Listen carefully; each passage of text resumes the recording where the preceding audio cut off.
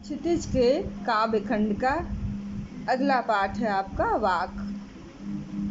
ललद्वय यह कश्मीरी भाषा की प्रसिद्ध कवयित्री थीं।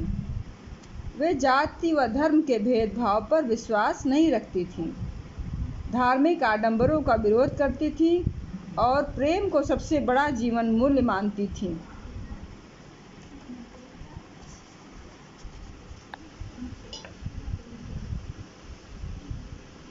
वाक का पहला पद है। रस्सी कच्चे धागे की खींच रही मैं नाव, जाने कब सुन मेरी पुकार, करें देव भवसागर पार।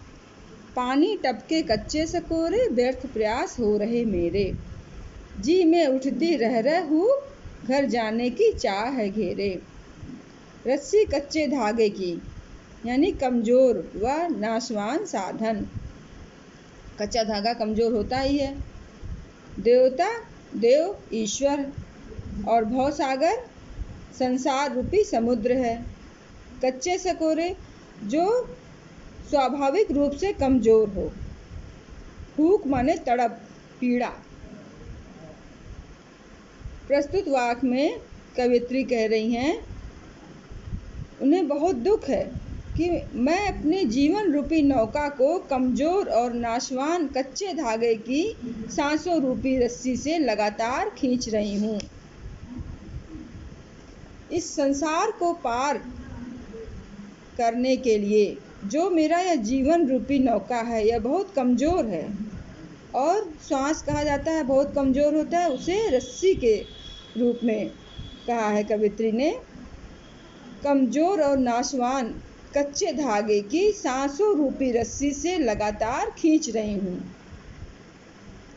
मैं अपनी जीवन रूपी नौका को कमजोर और नाशवान कच्चे धागे की सांसों रूपी रस्सी से लगातार खींच रही हूँ। मैं इसे उस पार लगाना चाहती हूँ, पर पता नहीं परमात्मा कब मेरी पुकार सुनेंगे और मुझे दुनिया रूपी सागर को पार कराएंगे, इस संसार से पार कराएंगे। स्वाभाविक रूप से कमजोर कच्चे बर्तन रूपी शरीर से निरंतर पानी टपक रहा है। मेरा जीवन घटता जा रहा है, आयु व्यतीत हो रही है, पर मेरे द्वारा परमात्मा को प्राप्त करने के लिए मेरे सारे प्रयास असफल होते जा रहे हैं।